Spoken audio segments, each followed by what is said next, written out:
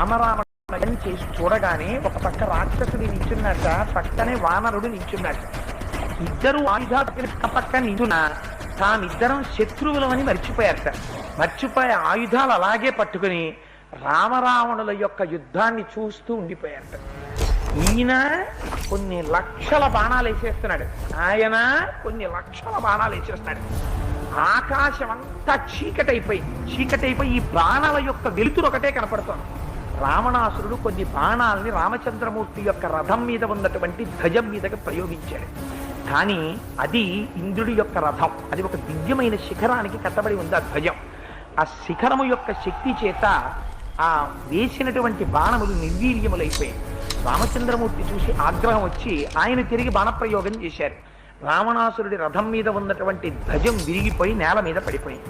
ఈ రావణాసురుడు ప్రయోగిస్తున్నటువంటి మాయతో కూడినటువంటి అస్త్రంలోంచి కొన్ని వేల బాణాలని ప్రయోగిస్తున్నాడు. అంత భయంకరమైనటువంటి యుద్ధం ఇద్దరి మధ్య జరుగుతోంది.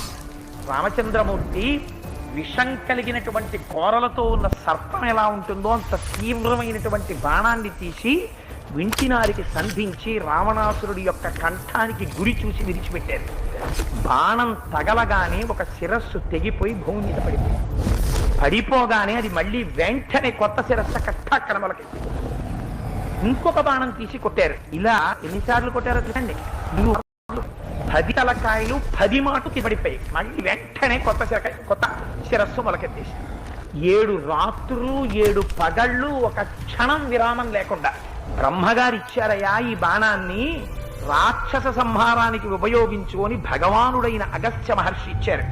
దాన్ని పైకి తీస్తుంటే పుట్టలోంచి ఒక బ్రహ్మాండమైనటువంటి సర్పం బయటికి వస్తుంటే ఎలా ఉంటుందో అలా ఉంది. అంత భయంకరమైన బాణాన్ని తీసి చేతిలో పట్టుకుని దాని మీద బ్రహ్మాస్త్రాన్ని అభిమంత్రించేటప్పటికీ భూమి అంతా ఒక్కసారి కంపించింది.